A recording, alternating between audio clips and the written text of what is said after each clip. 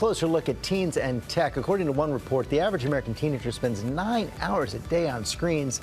And for boys especially, that means video games. 2020 anchor Elizabeth Vargas here with one teen story. Now, this is a boy so wrapped up in games that his parents had to send him to the wilderness for treatment, Elizabeth. It's an unbelievable step this family was forced to take. Almost 3/4 of American teenagers are playing video games online or on their devices. And for Josh, it was never enough. He went as far as dropping out of school so that he would have more time for gaming, leaving his parents desperate for help. 14-year-old Josh can't stop playing video games. What's a typical day in Josh's life? Sleeping until 11, 12, and then he would be on until like 1, 2 in the morning. His parents, Al and Christina, say he's up playing 60 hours a week, often into the wee hours of the morning. You know, it's after 3 o'clock, and I told you to get off at 1. Stop!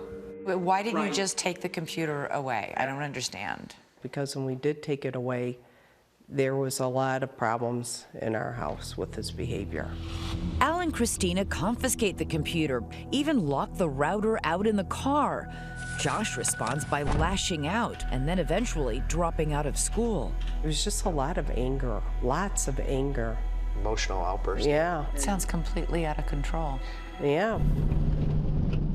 Josh's parents are so desperate to help their son, they decide to send him to a Utah wilderness program called Unplugged with Outback Therapeutic Expeditions. The program waived Josh's fee to bring attention to obsessive screen use. Here, Josh and a few other boys will camp for weeks with no running water, electricity, or computer screens. I'm Elizabeth. It's very nice to meet you. I check in on Josh more than 7 weeks into the program. Therapists are teaching self-reliance on long hikes and through roughing it, all hoping to give the boys insight into the compulsions that brought them here. I'm noticing that it was real bad.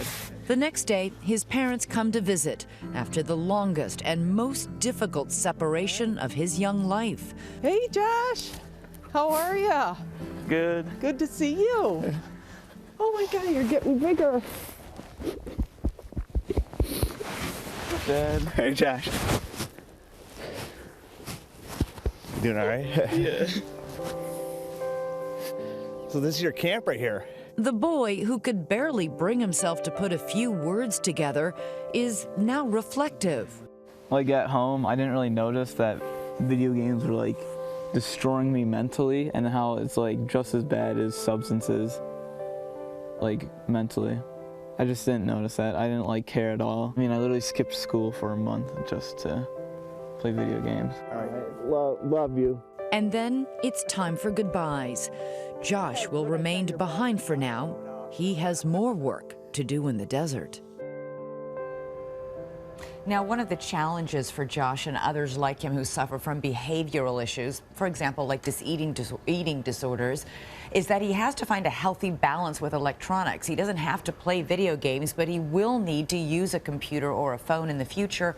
George, they're now a part of modern life, required in most schools. Yeah, so you can't go completely cold turkey. His words were so strong right there, said the games were destroying him mentally. So how's he doing now? He's doing really well. He's been home now. He spent 10 weeks out in the wilderness. He's getting homeschooled to get caught up on all the school he missed. He'll start regular school in the fall. He does not have his computer back. He hasn't been back on it since coming home.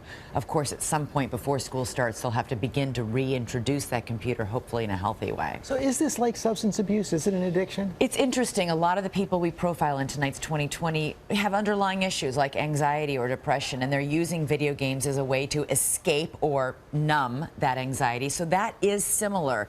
But the word addiction around video gaming or online social media is very controversial. The American Psychiatric Association is considering naming video gaming and internet addiction as a psychiatric illness or as a, quote, addiction.